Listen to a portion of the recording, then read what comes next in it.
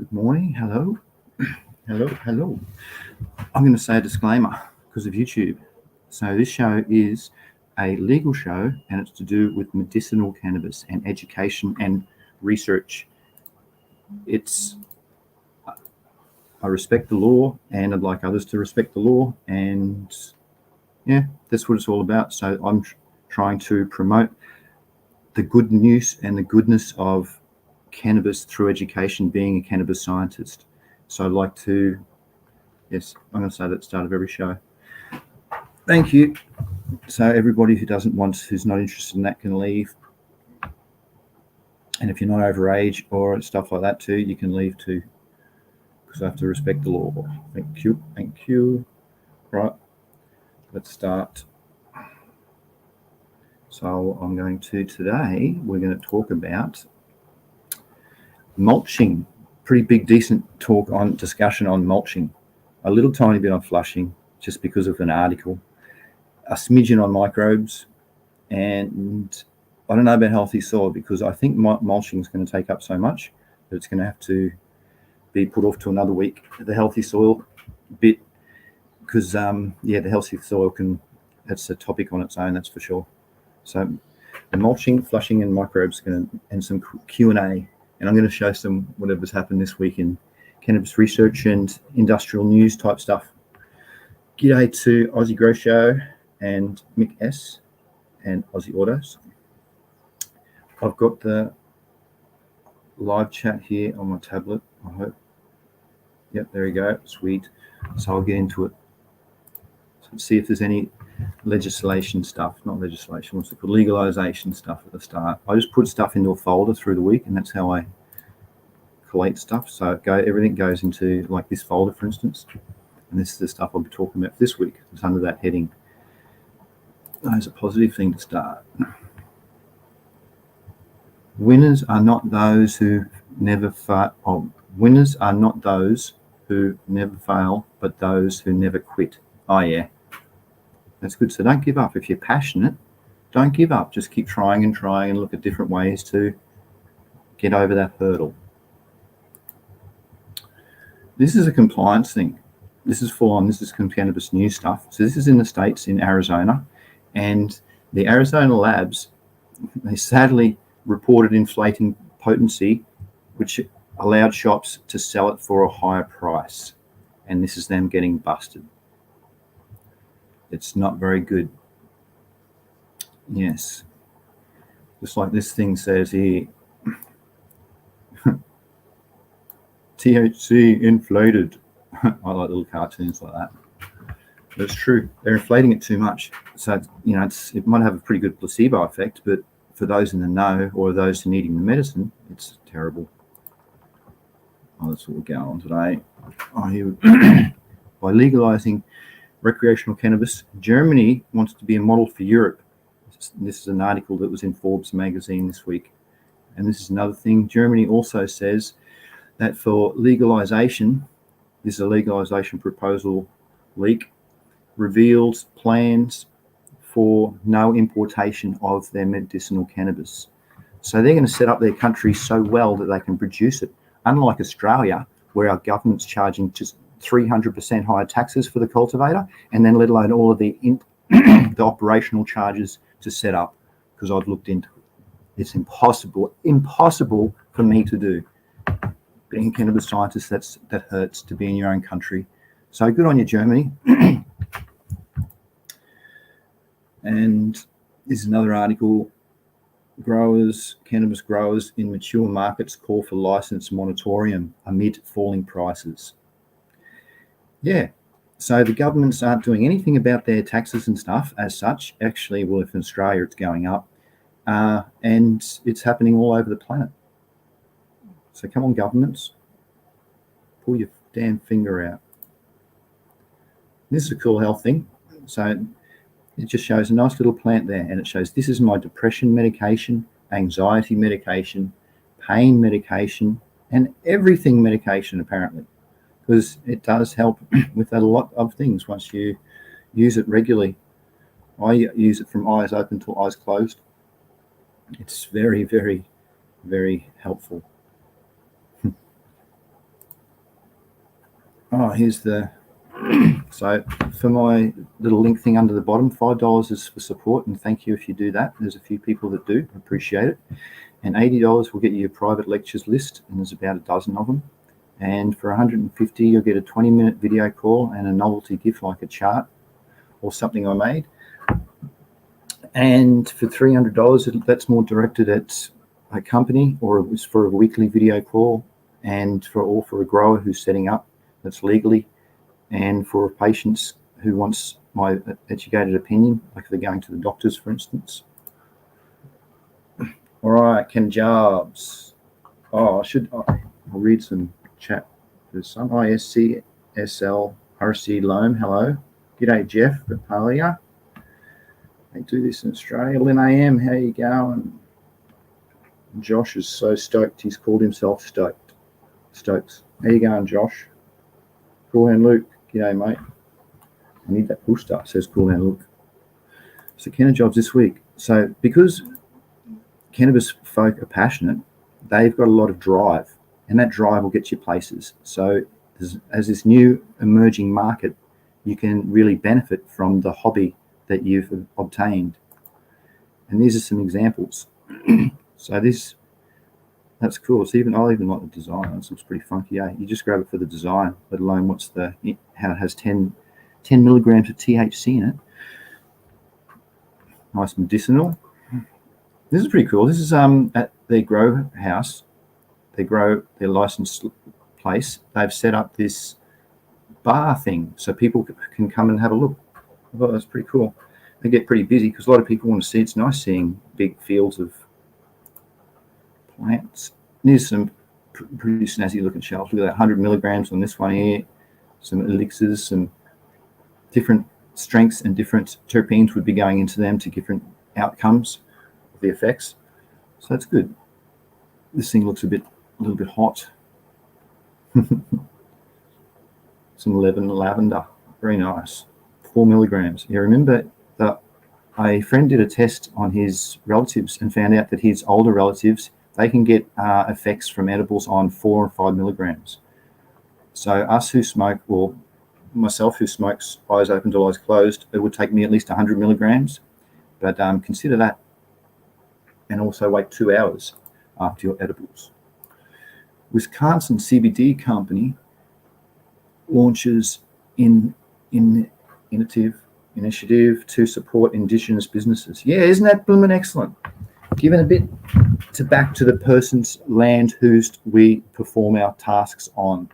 I really like that because, yeah, the Indigenous folks, Native folk, they're not spoken about enough. So good on them.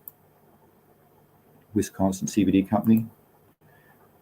I suppose this is, if you can do good mulching practices, you can end up with good garden techniques, good garden outcomes like this one.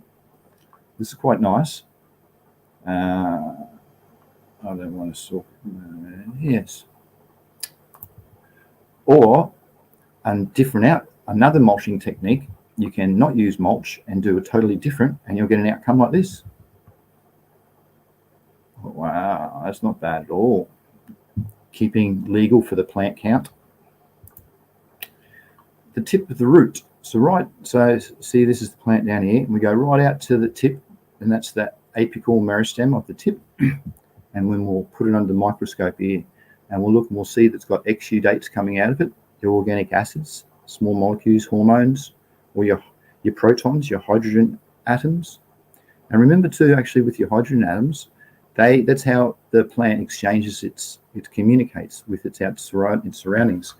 So right next to it, if it's got the cation exchange will allow that molecule to exchange with another molecule of a lesser bonding strength. Actually, I'll pull this up. Yeah, so the lesser bonding strength. So here's the cation bonding strength. So down the bottom is the weakest. So if you've got a soil colloid, which is of a negative charge, they have mostly negative charge, and the cations are a positive charge. So if sodium's sitting in there, if you've got your Na attached to it, because around the soil there's all these different it has a positive charge, and a little bit of the net negative charge can hold atoms, and it's its bonding strength. It's to do with that ion exchange capacity, which is made up of your cation exchange and your anion exchange capacity to give you ion exchange. So if the sodium's down on the lowest, and then if it's hydrogen up the top, it'll just knock it off. So anything below this, once any molecules come in contact, if it's the hydrogen that it puts out from the roots, it's secreting that. And then it's going to come in contact with something like anything organic that's holding on to all these molecules, like clay, for instance. And then anything below it, it'll just knock it off. So bang, it'll hog that charge, hydrogen, it sticks in, and whatever's below it, it'll bump it off, making it readily available to the plant's roots.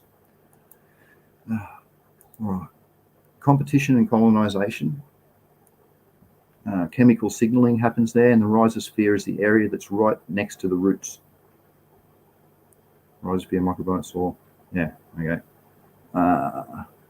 Yes, soil contains 1 teaspoon of soil contains 1 billion microbes in fertile soil, I should say. This is pretty rad. Actually, I'll hold that and I'll see if there's any writing. Mick S, how is medicating? The Wise Ninja, how you going, mate? Just so respect Indigenous. Yes, we should. CC, can you do an episode in the future explaining the differences in indoor and hydro, and also the differences PGR and synthetic? Yeah, mate, no worries at all. I'll put that down. I think week 23. I'm up to week 19. This is, so I'll pencil that one in for that one, and I'll try and get some related topics to discuss and some slides for you, Aussie Autos. Actually, I have to write that in now. He's going to send me shit. Aussie Autos. Actually, can you do me? Can you cut and paste your message and send that to me privately, please, and I'll put that in later on, because it'll be a lot easier. Mick S, seen the chill live hook. The Irish copper. Okay. Wow. Sunshine. Here you go, Sunshine. Lene says thanks. No problem. So adding peroxide helps. No, Wise Ninja. I never flush live soil, do you? Living soil, do you? Depends what its ppm level's at. If it's really high, I like to at least reduce it a lot, Aussie Autos. But in general, I let the plant finish itself, and letting the plant finish. And if you let all the ions, like it goes yellow, and then it goes to your anthocyanins, and then it goes into your dead stage, that means it's pretty much exhausted all of its options for nutrients. So yeah, that's sort of 2 ways to flush, I suppose. Actually, while we're on the flushing thing, I'll still never flush soil. Did that answer? Legend, Aussie Autos. Say some rain, Queensland. Yeah, that makes sense. CC, cool. Flushing. The flushing thing constituent for today was a company did a test on flushing. They did it at 7 days, 14 days, and 3 and 5 days, and of the ppm. And they found, they said they put out a panelist of people, and it's a shame I didn't keep the article. And the results shown from a team of panelists that they said they couldn't tell the difference. You should have seen all the comments and LinkedIn stuff from all these professionals saying what a load of shit. And guess what? It was tested from a nutrient company, it turns out. And the company was trying to promote their nutrients. So please don't get sucked into marketing and advertising and bullshitness. Like, what's that other mob that's on the stock exchange? They did something really bad that I can talk about. No. Gee whiz. I can't really say it now because I don't want to get anyone else in trouble. Anyway, back to it. Jeff says, only if you forget the leaves and hose everything. G'day, Baker Perkins. How you going, mate? Sunshine says, corrupt. Yes, they are. Corruption's no good. Plant science rules. All right, back to this. Microbes. Woo! Smidgen on microbes today. But I like this because this is the future of microbes. This is what's going to happen. So they've got a computer linked up to an intelligent bioreactor. So this is how you culture up microbes in it. And if you open the top, it'd be a batch culture, and then it's closed. So it's just a bioreactor. And they've linked it up so you have got all these probes and sensors inside of it. And what it does will go up here out of this top tube, and see in here, it's going to, this is a chromosome, and on here is all your genes. So there'd be a pair of chromosomes if you got, that's what they usually linked up with, like in a plant, how it's a diploid, how it has two sets of chromosomes. So there's two sets of two normally, and on them would be 35,000 genes on each leg. That's how these chromosomes work. And on this gene, they're showing the different genes in the leg. So here's the ones that they're going to, the synthetic ones, they're going to get all their vitamins, minerals off. And this is going to be the part where it's going to, these genes synthetically made are going to be produce color and flavor. And then they're going to grow the yeast, and inside of them, they're going to reprogram the yeast so that the yeast can metabolically produce different outcomes. So it gives you these different outcomes. And then in here, they're going to program it so the 3D printing stuff can come out with the different outputs of the intelligent bioreactor and give you your, well, maybe a healthy hamburger one day. But I just like this because this is the microbes of the future.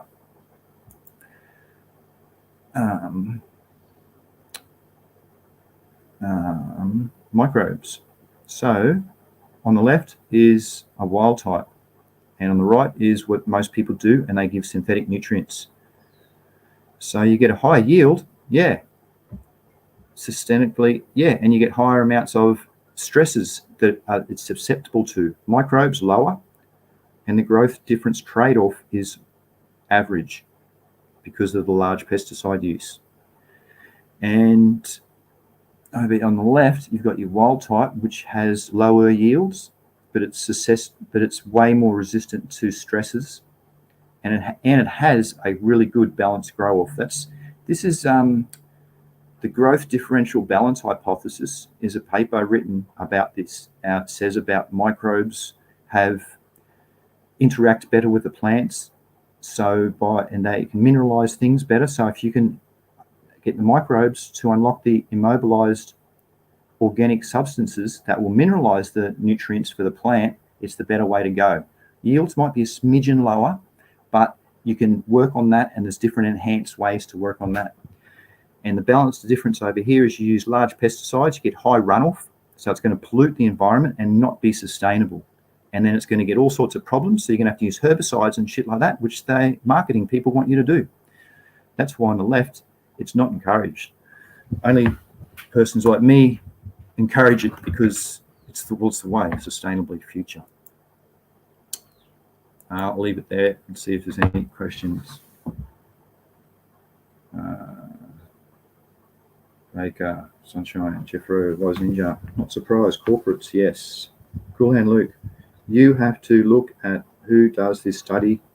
It is independent and peer reviewed, and those commercials. Exactly right, mate. That's why the people that I'm connected with there, I haven't just connected with any persons. I've gone and connected with sort of professionals so that they all show these types of things and the truths, because that's what I'm about as well. I don't want to be markedly persuaded by morons that are telling you the wrong stuff to try and sell their product and be good salesmen. They're doing their job right, but they're not helping society, and that's totally not me. Yeah, Bitcoins. Bit Labs making cultured meats. Bright Labs making cultured meats. Yeah, Baker Perkins. That's something that's cool though, to be honest. It's tissue culture. And I haven't specifically taken any animal tissue culture classes or protein tissue culture classes for that reason, because I know I'll take a chunk, I'll just cut something off and get a few cells and try and replicate that.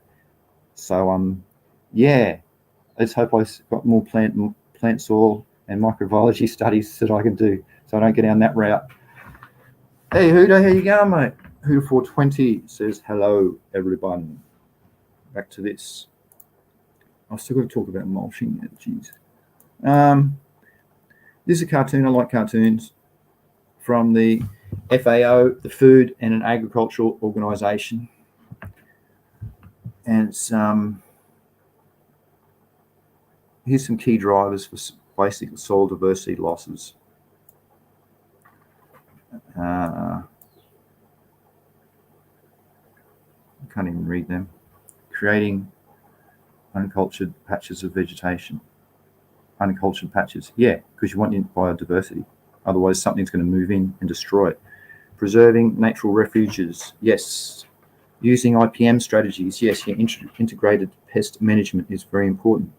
Using nitrogen-fixing species and fertilizers, yeah. So in off-season, grow legumes because that's nitrogen-fixing. They put out those little sacs underneath the soil, the nodules they're called, with the nitrate-fixing bacteria inside of it. They're anaerobic actually, and so you can't culture them in air. But they're there. It helps. Biodiversity, yes. Other plants, things, let it grow a bit jungly. Manage your fires. Yes, fires aren't good. It turns out that, some of those seeds that they reckon used to be released from fires, it's actually the smoke that releases them.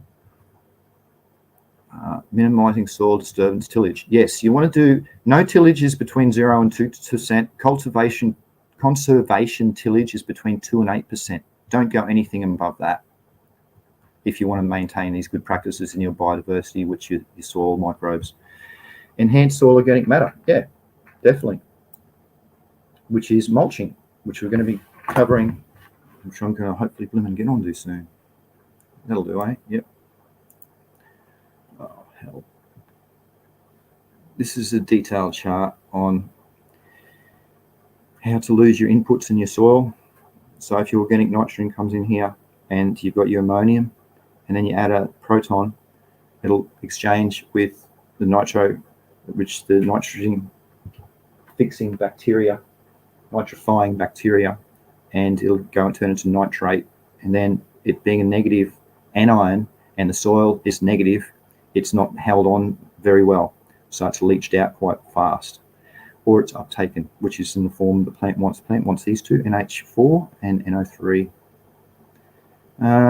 Increasing your balanced nutrients, because it volatiles off your base cation removal. That's what this is actually all about. Oh, we're sort of talking about cations and cation exchange. So yeah, maintaining base cation balances, reducing base cation removal, straw removal, and balancing your BC inputs, manure, fertilizer, because you want to improve your cation exchange. This is basically saying, so you want to put a lot of positions for anions in there, and that's something to hold on to the soil conditions. And farmyard manure is really rad. I use kangaroo and rabbit, and because it's got no antibiotics in it, guaranteed, and it's also not a meat eater to have proteins and fats and lipids and that sort of stuff in it, which might have other types of bacteria that I don't want. So it works. It's amazing. You put it in, dry it, grind it, put it in the grinder, and it's a rad amendment and soil conditioner. That'll do about that one, eh? Because it's talked about leaching out. Yeah, it can go also volatiles when it goes back into the atmosphere, when it turns back into your ammonia, NH3, or your dinitrogen, which is what's already in the atmosphere. What is it? Is it 79% in the atmosphere? It's really high anyway, that amount. That's why nitrogen-fixing bacteria are really beneficial, because there's so much nitrogen in the air. If we can get more of them established, they're going to work for free with the plants in symbiosis. And you want, for cannabis, it's not rhizobium or stuff like that, which is with legumes. You want a non-symbiotic fixing, nitrogen-fixing bacteria, like azos. Oh, that's it. Oh, good. So I'll leave that up. Actually, I'll leave this up, because that's what we're getting onto now. I'll look at chat. Huda. Monty, here you go, Monty. Even some peer-reviewed and fabricated these days. Actually, I can pull up these. They're not really questions. I'll do it at the end. Sunshine says, yeah, those days in pharma, environmental, we're talking trillions, anything goes. Yep, cool and Luke for sure, Sunshine. That's right. There you go, Vinny. Thanks for turning up. that wise ninja, don't accidentally put it in the wrong grinder. Oh man, imagine that. Oh yeah, just go and grab the grinder. Can you just whiz it up this nice sesh for me? Zzz. It's looking a bit brown or something. There's these brown chunks. Smells. Is it? Have you got that new dog shit strain? Have you? Uh-oh, wrong grinder, says the wise ninja. He's onto it. That's funny. Huda 420 N2 nitrogen 78% in the air. Thanks for correcting me. Sorry, CC, that was geopolitical. I'll stop. Oh, well, I don't care, mate. It's all to do with the environment. Anything to do with the environment, mate, it's got to be told. So there are people that are hiding stuff about the environment, the truths and stuff. Remember, so I don't mind. What was that about smoke spreading seeds? Oh, some of the fires, some of the like the native hardwood trees and the other types of species, the Aboriginals used to say that fire used to be needed to release their dormancy, to break dormancy, and it's actually, some tests have been done and they found that it's the smoke that breaks the dormancy, not the actual heat or the fire process. That's what that is for land, Luke. All right, mulching. It's an effective tool for modifying soil environment. Mulch is any material other than soil placed or left on the soil surface. Mulching is materials placed over the top to retain the moisture and improve the soil condition. A few examples there. In agriculture and gardening, mulching is the practice of leaving crop residue on the tops for favourable environmental conditions.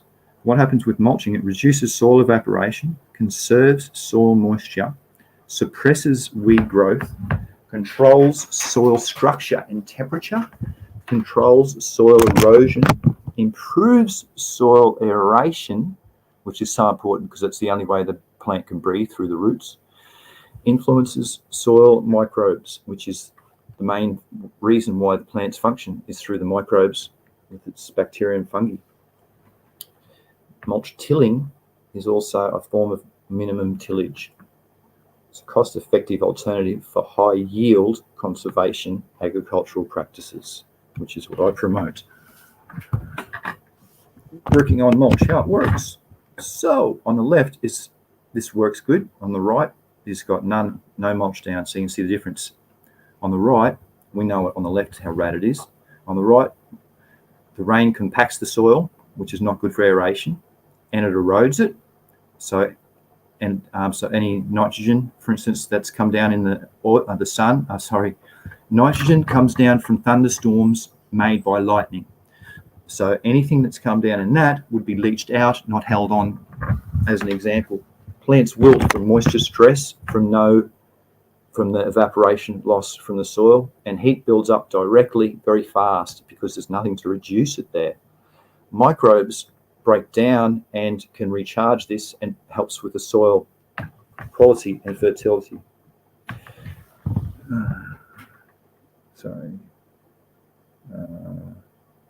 Franken Beans, g'day Franken Beans. Franken Beans is you got to come on the show sometime, Franken Beans. I want to talk about breeding with you. And he's a mutant breeder, and he's been doing it for years, and he's quite intelligent with it too. He hasn't got any education or little education, and for the amount that he knows, I'm amazed. So he's onto it. Good on you, Franken Beans. Ralph Guzman. G'day, Ralph Guzman. Good morning. Stop to say hello and hi. How you going? Hope you're well. Huda, can you use wood chips on a commercial scale, 5,000? Would it be too expensive? Wood chips, mate, is it's gonna really alter your pH. If you soak some of those wood chips in the water and see what happens to the pH, I bet you it'll really reduce a lot. I hope it doesn't, because if it doesn't, yeah, you probably can. You might have a variety of wood chips that's very low in, like me, it might be an alkaline pH, so it might be suitable. But in general, no, mate, I wouldn't. If it was me, maybe unless I'm growing a crop that's like blackberries or something that's really sustainable, runs in low pH, roses. Cheers, Ralph. I'm not sure if this is entirely true. I know of a few natives that need fire. Okay. Well, I'm just talking about a study. I don't know about all species. I'm just telling about stuff that they did some research and they found that to be true on. That's what Monty says. It's apparently not for all species. Aussie Autos, the most challenging thing I've dealt with using live soil is knowing how hot the mix is so I don't do a top layer potting mix. Yes, soil temperature is a must. I've been using soil probes in my substrates for how long? I don't know, many years. It's just a must. You need to know everything what's going on. Sounds like, because remember I've shown the effects of soil temperature on substrates with releasing of nitrogen and phosphorus, how if you go into your 24C or up around a 75 Fahrenheit, it's going to really release it well. But if you drop it even to 16C, what's that, about 60 Fahrenheit, you're going to it's going to halve the amount of potentials that can be released into the soil. Temperature is huge. Sounds like something I'd like to watch with Frank. Yes, Frank's cool too. He's a good chill bloke. Wise Ninja. What mulch would you use on a commercial scale? Just wait. We'll get into that. Good question, Hooter 420. You're going to work that out for yourself, mate, because hopefully there's going to be enough information here that's going to tell you. And if not, we can go through it at the end. Which materials can be used for mulches? So it's a very appropriate question, Hooter 420. So organic, inorganic, or the special types? Gravel, concrete, tetra, or mulch. So in general, we'll go through the three types. So organic stuff is really good because it can break down. You want organic residues, grass clippings, leaves, hay, shredded bark, whole bark, there you go, Hooter, husk, paper, animal waste, cover crops, etc. Organic mulches are temporary and decay over time, which is perfect for the soil because they add soil organic matter, they increase water retention, and provide nutrients. Inorganic are forms of plastics, synthetic, that they do not decompose with time. Some people I've seen some fields where they've strung paper bags together, plastic bags, and if you use the decomposing bags, well, you're stuffed because UV breaks them down fast and it won't last a season. But it's a good way to do it, at least. Mixed mulching is when you do the both. So there's different reasons why you want to do two different things. So what's the methods of mulching? Flat mulching is traditional method where you mix soil which is covered by organic, inorganic, or mixed. Plastic mulching with holes, ridge mulching, and ridge furrow, and those are showed here. So fully covered, there's with your holes in it, there's with your ridge and your furrow down there, and this is your furrow ridge, which is your combination of the both. There's different reasons why you want different, holding on to different. You might have different soil porosity in here, and it might be very compact in clay, for instance, with little aeration. So you might want it to be on a ridge, where in the furrow it might be very aerated and where you want the water runoff quite fast. The bulk density and soil porosity chart here. So this might help you, Hooter 420. So your soil porosity is 3 different levels here. This is tested in. So the CK is for cobblestone. CB is for your, I'll start again. Your CK is for your bare soil, and your CB is cobblestone. That's your water permeable bricks, pine barks. See, they use it from pine. This test is from. So you have to make sure see what source it's from. And green waste compost, which is probably one of the better ones, and turf grass. So as you go down here, we'll look at the porosity. So you can see the highest green waste, and our roots for cannabis mostly, they're between 0 and 30 and 40. This is a really good test. So the macro porosity, so that's the size of how big are the pores and how small are the pores. So you want this to be the largest numbers possible, which is going to give you a higher bulk density and your higher soil porosity, giving you a higher amount of oxygen available to the roots. And you can see the results is your green waste compost. 50 pine bark is 3% less. So for Hooter, for instance, before we're talking, there's going to be a result as per this test. And we go down here, green waste, 49, pine bark 44.5, green waste 41, pine bark 43. At depths 20 to 40 centimeters, they found the soil porosity to be a bit better. Relationship between soil bulk density, total porosity, and the mulching rate. So this is how much you mulch for the amount of total porosity that you're going to get. So you can see over here is your total porosity, and then over here is your bulk density. So this line, as it's going up, this is your porosity, the round clear ones, and these solid black ones are your bulk densities. So it's going down. So you want to reach this X. So you want to get your mulch rate at about this 10 milligrams.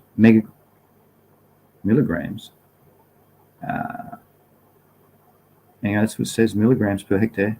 Anyway, it's just a figure to go off. So there is, if you go over too much, you're going to end up, it's being too detrimental. It's going to have, not toxicity, but it's going to, I think I've understood that enough.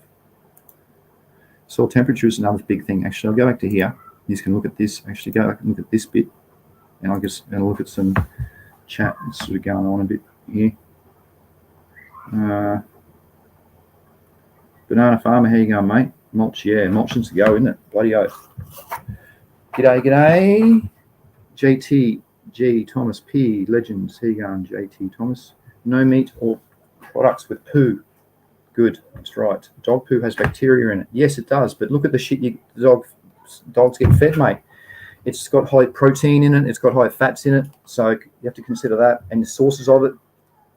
Do dogs get fed antibacterials? Just boiling up some compost tea. Stinky it is. Good. You want the smell to smell like geosmin, a nice smell. And that means that it's a healthy smell. Geosmin's an earth smell. It's the name of it.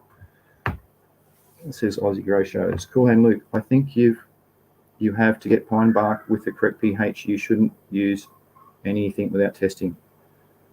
I've read a while also. Yep. So do the soak thing method, mate. Impress your boss. Blood and bone, not too bad. Yes, blood and bone's good. So that's been broken down a bit. I've also seen maggots in soil with blood and bone. Oh, Jesus. Wow. Well, that means it hasn't been decomposed enough. Wow. And wonder what else is that's been brought in by that. Yeah, breeding ground flies. That's right. The vector flies. The flies bringing in all the other pathogens and problems. That's not good. Flies are affected with stinky cannabis. Yes, says Frank and Beans. Cool and Luke. Organic mulch is the boss. But if you go on a holiday and a week, you can ladder up the top to retain the moisture. Nice suggestion, Cool and Luke. One boat products are cooked properly. So poo from herbivores. Well, that's what I use. Well, you can't go wrong with that way. If it's look at the different NPK ratios of the different herbivores that there are, or different animals, and yeah, because like in termites, inside termites, there's nitrogen fixing bacteria. So I was going to get some termites and culture up some of that stuff inside of them. I'll stop there. Soil temperature, daily fluctuations of soil temperature at 5, 15, and 25 centimeters. So at 2 inches, 6 inches, and 8, soil depth under the different mulching levels. So this is you can see the air temperature is the filled in line, the top one. So by putting in what's the bottom one? ... Paper. Okay, so paper retains the best temperature if you're worried about temperatures. So if you're in an environment with this high temperatures, you'd maybe want to consider paper, or what's the other ... with a thing on it? Is that plastic? It's plastic. Yep, so plastic or paper retains lower temperatures. It can be 2 or 3 degrees from the air. Or this one, which would be the center of the day, might be 30 down to 27. So 3 degrees. So it can drop it substantially. Paper doesn't have anything else there. That's an example of how it happens. This is how it retains moisture under various conditions. So it had a bit of rainfall as these went. And then the bare is the hard line. So that's what it should be. So you can see the difference from putting in the dot dots, which is the paper. It's retained most of the moisture again. Wow, that's interesting. And plastic also did work well too. Retain most of the moisture, which is because plastic doesn't breathe. But see, you want to come into, think about your mulch too. With soil respiration is a measurement of microbial activity in your substrate. So if your CO2 is high, that means you've got a high microbial activity in your substrate, which is really rad. I measure mine that way. And I constantly get 1200 ppm of CO2 out of my microbes when I've got them working well. And when they're not working well, I'll get them at about 300 ppm because the plants eat up CO2. And yes, so it makes a massive difference. So think about that too. So you might think, oh, plastic works so rad. Yeah, well, it doesn't break down and it doesn't respire. So it's not going to, over a long period of time, it might cause more fungal problems than bacterial advantages. And also the roots won't be able to get as much oxygen. Soil variation under different mulch rates. So here's a field, this is the moisture levels on the left. So you can see as the mulching rate's gone up, the amount of water held increases as well until it gets to a steady state, which is about that 5, that's 7, which it was before. Remember on this one, 7, about the crossover. What's that? About an 8 or 9. Similar here, about an 8 or 9. So there's a bit of a barrier there you can get to. All right, I'll check some stuff. Yes, Ninja. Is there maggots? If there was maggots, is there something that was dead there, Hookster? Yes, there would have had to have been put to decompose and lay its eggs. Goat poo, rabbit poo, cow poo. Yep. Make sure your cow poo, though, the farmers might feed them stuff. So, good philosophy. Depending on decomposed material in your poo, depends on the nitrogen. Well, there'd probably be low nitrogen in your manure, because if it's really dried, that means it's probably already exchanged. If the nitrate might still be in there, being a negative cation, but if it was ammonium, it would have been, that's positive, it would have been fixed into ammonia, which would have sent it back into the environment, to the sky. So the nitrogen low is probably pretty low, but you're going to get a lot of spores from microbes, and that's going to be really beneficial. And then depends where you get your source from is to amount of for NPK, CalMag, sulfur, etc. that you're going to get in it. Those test kits will help good to diagnose that. And Fraz says banana armor. Yep, insect Fraz is good too. It helps.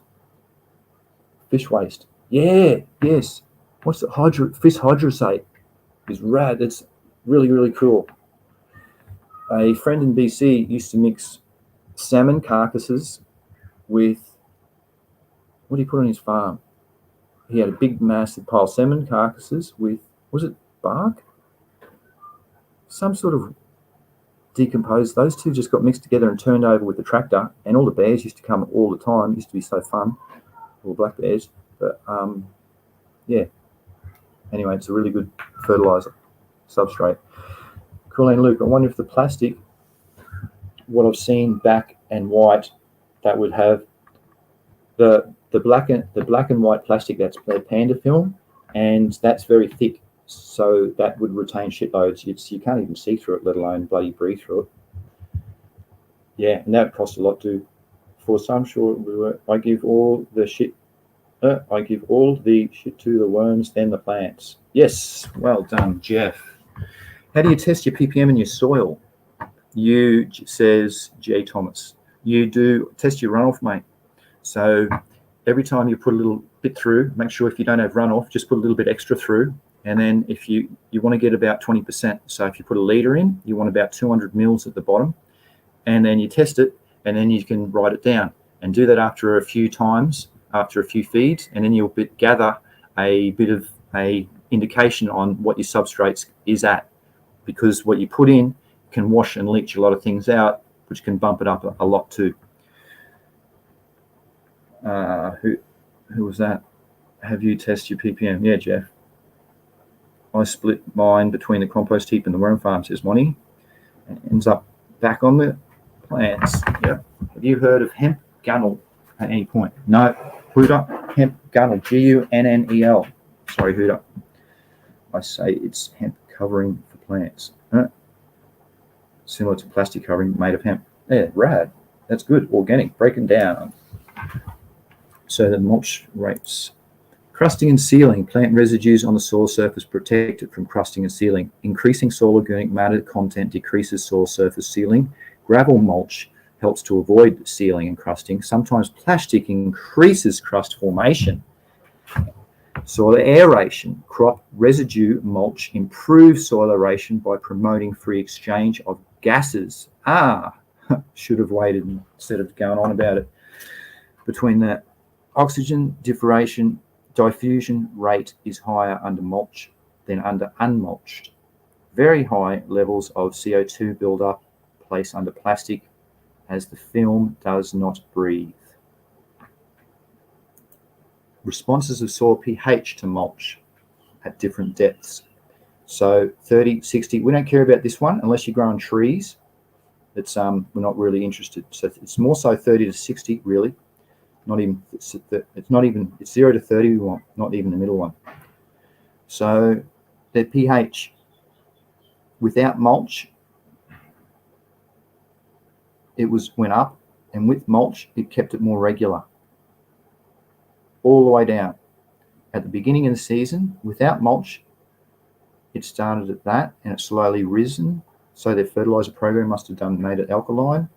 And with mulch, it's 81, 91. It slowly went up, or slower. Okay. Oh, irrigation control. Yeah, that's, yep, good. I'll explain that well. Good. End of the season. Oh, this is a bit better. So the blue is without and brown is with mulch. Okay. So you can see it just regulates a lot better. That's its summary, 2017. Soil response to the soil EC, electrical conductivity measured in decisiemens. This is what you were just talking about, mate, with your ppm. So there's a math, I think it's 1.71 or something, you times your EC by that to get your ppms. So it is related. So this is you don't want if your salinity in your soil goes above, 2,000 odd or 3,000, the plant's going to struggle. I think someone tested that a while ago, didn't you, someone? Yes, you're smiling right now. Back to it. So without mulch, it's off the charts. Shit, it's 4.5. With mulch, 2, 2.5, very nice. Geez, that's regulated at heaps. Same here. I know that's gone up a little bit. That's at the start of the season. Yeah, okay. So at the end of the season, after it's been there for a while, look at that. It's just regulated. So the following season would be regulated again. If you didn't have mulch, the following season, you'd be the saline, the conditions would be starting. The plants would be shriveling to start because there's too much nutrients retained or in that substrate, and it couldn't probably just be of one. It might be heavily in one, too sodic or too something. So that helps with your question before, mate. Here we go. The response of nitrogen, potassium, and phosphorus at the different depths. So without mulch, response to nitrogen. Without is brown. So blue, look at that, a lot better with mulch. Better nitrogen response. How about phosphorus? Blue, way better mulching, nitrogen, phosphorus response. And potassium, similar. But it is just actually, 79 to 100. That's 20% greater. So that's actually heaps better. So yeah, there's some proof for that from tests done 2017. And here's on the microbes. The microbial biomass of carbon and the microbial biomass of nitrogen, and dehydrogenase activity and urease activity. So that's your carbon and nitrogen activities and your enzyme activities to do with your hydrogen, to do with the breakdowns of carbon and nitrogen. Because urease is the enzyme that breaks the urea, the nitrogen form, one of the nitrogen forms. Now I just got to understand the chart. Well, NMC is no mulching. GMC is gravel with inorganic. FMC is film mulching. And FMO is plastic with chemicals. So which is better? Mulching, BC, all the carbon activity, and then your enzyme activity. So mulching. I'll just show, I think this is another thing to show that mulching works. And down here is your enzyme proof. That was your nitrogen. You know, the microbes, they mostly contain 50% carbon too. So by getting them implemented, even when they break down and lay dormant or whatever, they've got a good chance of putting the carbon back into the soil or your substrate. Enzymes, that just proves the same thing, that your enzyme activity is higher. Does mulching have any negative effects? Yeah, from all this positive, besides the plastics, the major negative consequence is plastics. The plastic residue reduces soil porosity and hence air circulation, changes microbial communities and leads to lower fertility. Plastic mulching significantly reduces soil organic matter and increases greenhouse gas emissions through volatilization.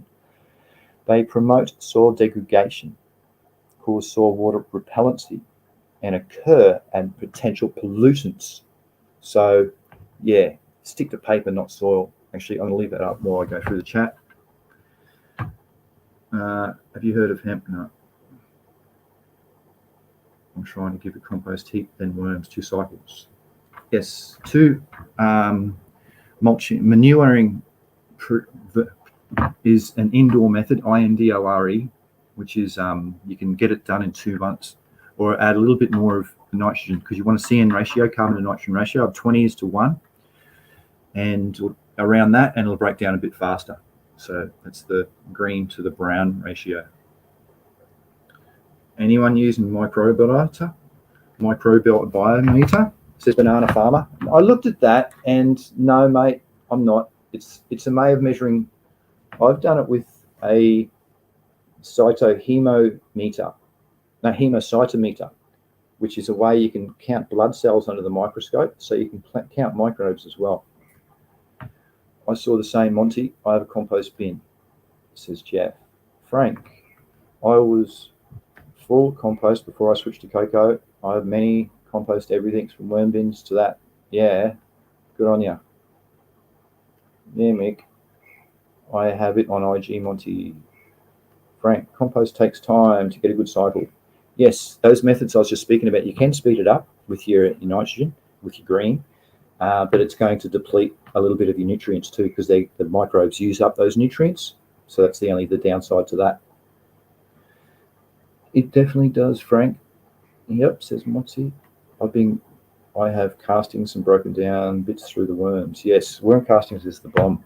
Having them do all your work for you is everything. So organic mulching also has more things, such as wood chips and bark as soil acidifiers. Here you go, Hooter. Here's a bit of reading for your question. Too much can lead to excessive moisture, creating problems for pests, anaerobic and rotting of roots. Yes. When carbon-rich materials such as straw stalk are used, nitrogen soil may be used by the microbes. It's just sort of same. Thus, nitrogen with the CN ratio, if that's too high, it's the same thing. Nitrogen may be temporarily not available for the plants. Yes. So that's why you can do amendments. So after you've broken all your stuff down, then you'll re-amend it, your substrate, and then it'll be rich again with your immobilized nitrogen. Mulching is a form of conservation tillage that preserves quality in the environment and sustainability. Mulching affects soil physical properties, improving the soil organic matter and porosity, as we've seen. Mulching materials, by modifying the climate and reducing evaporation, exert significant impacts on water savings and your water use efficiency in agriculture. However, every type of mulch has strengths and weaknesses. Availability and durability and cost is everything. Yeah, that's right. There's some references for you. All right. Yeah, is that it? I think it is. I think it blimmin' is. I'm going to stop sharing here. I'm just going to go from my little slide. So, strategy. Yep. Yeah. Hey. All right. I'll go up to any questions does anybody have on today's stuff, or in general, I suppose. I have castings, nice wet. Mulch can slow saturated soil from drying, and can that cause an anaerobic environment? Mulch can slow saturated. Yeah. So if it's always wet, and if for instance, like rainy, and you've got your mulch in there with a too thick of a layer, it's never going to dry out, and it could cause. Remember the soil. What is it? 20. I'm going to show you that. Let me get you a chart to look at, because I've got a good one on the. I just hope I can find it now. It's on the plant science. The size of a soil collude. There it is, rad. The size of soil collude has to be 21. Share. No, it's half an inch. All right, now share this one. So if this is its stratified layers at the edge with oxygen stratified layers, and it goes to the center. So if it's more than 6 millimeters to the center, so 12 millimeters across, if your soil particle, which is half an inch. So if it's half an inch across in the center, there could be a chance you have anaerobic activity. So it goes through, the oxygen can penetrate through these levels, but into the center through this level, there's slim chance. This goes in your different types of makeup of your soil collude, of course, because clay, the more clay, the more smaller this line will be.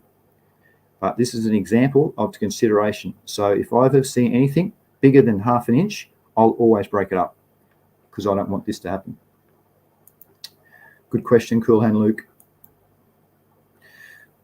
All right. Did you guys have birch trees in Australia? These ones with white paper bark birch.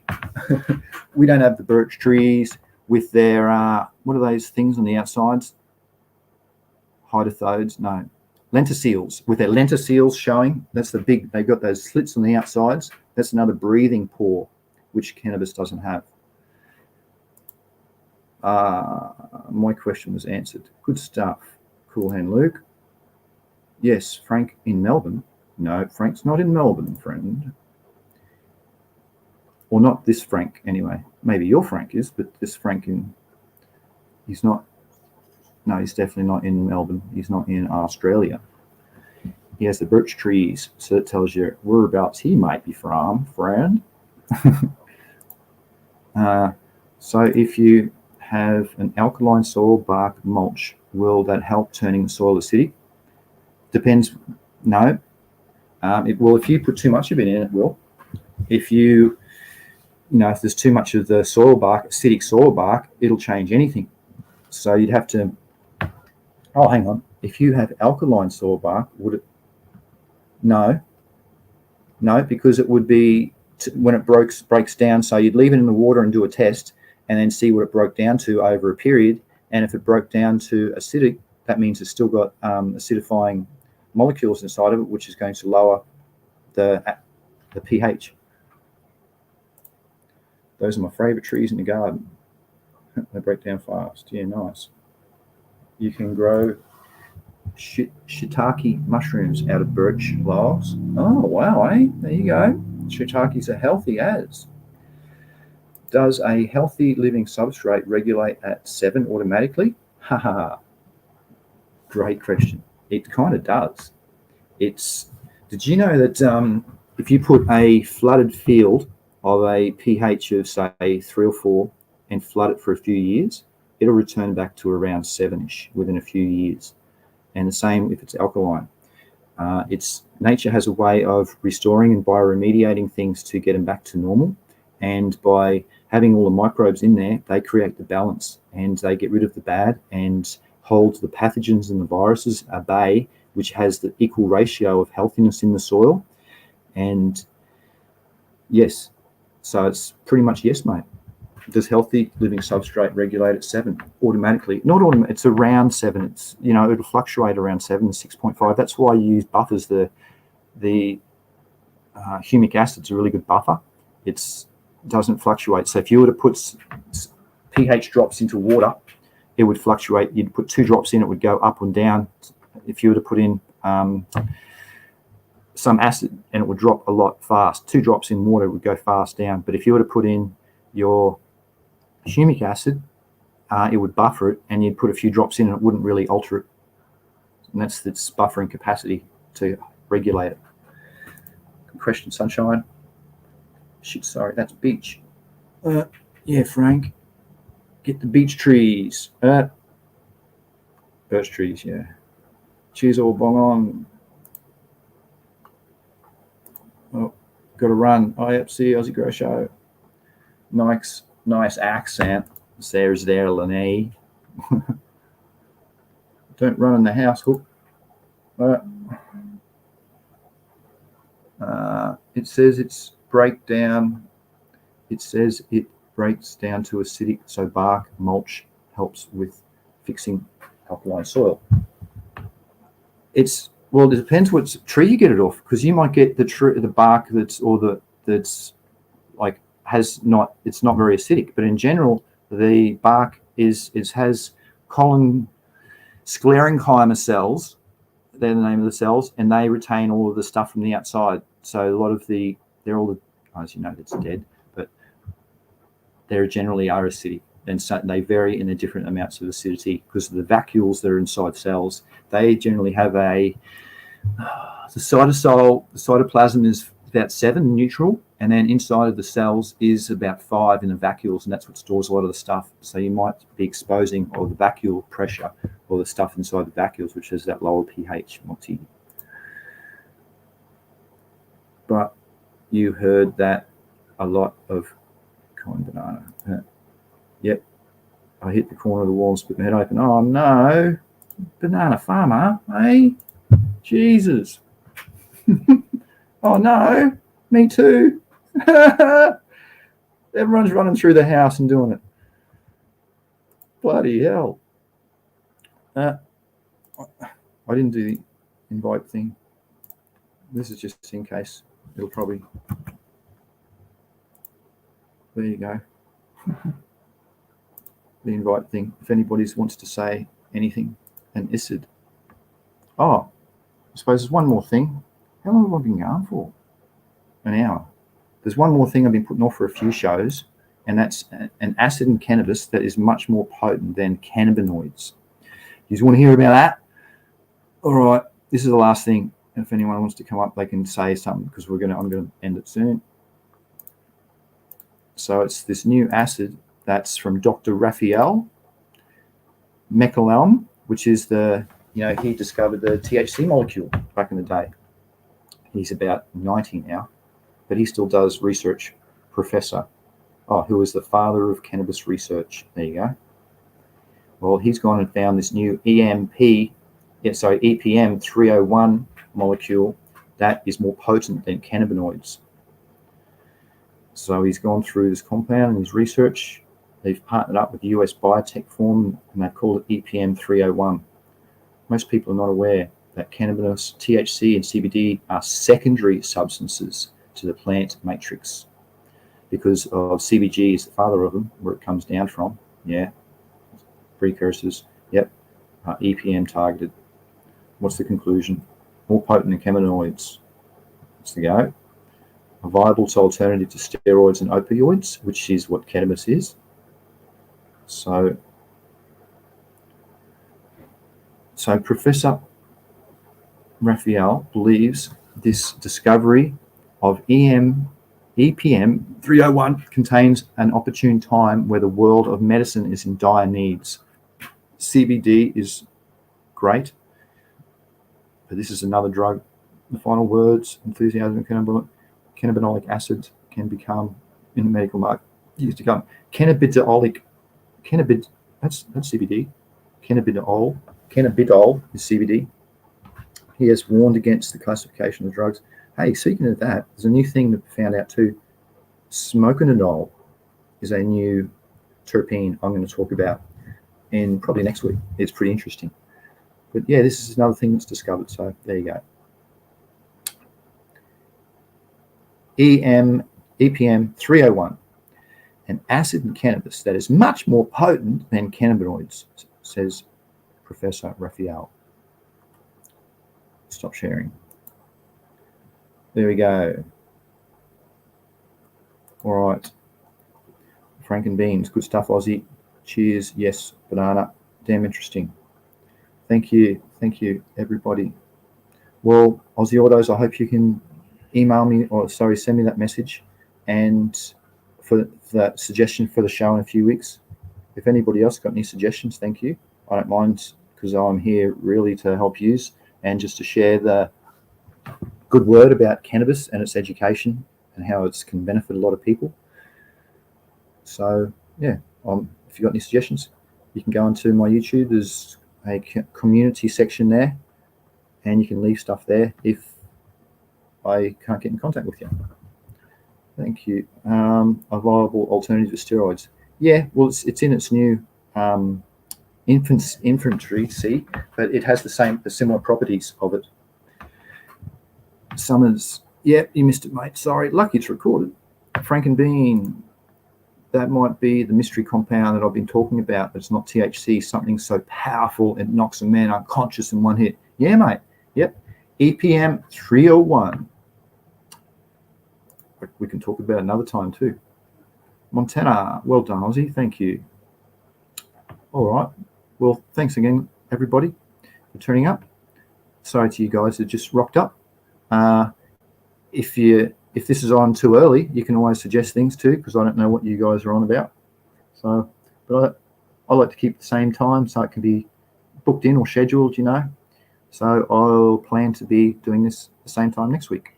And those lectures that I released, they were some exam lectures. So the soil one will be very interesting to a lot of people, and the microbes one, environmental biotechnology. So some of those questions, I went through about 150 questions.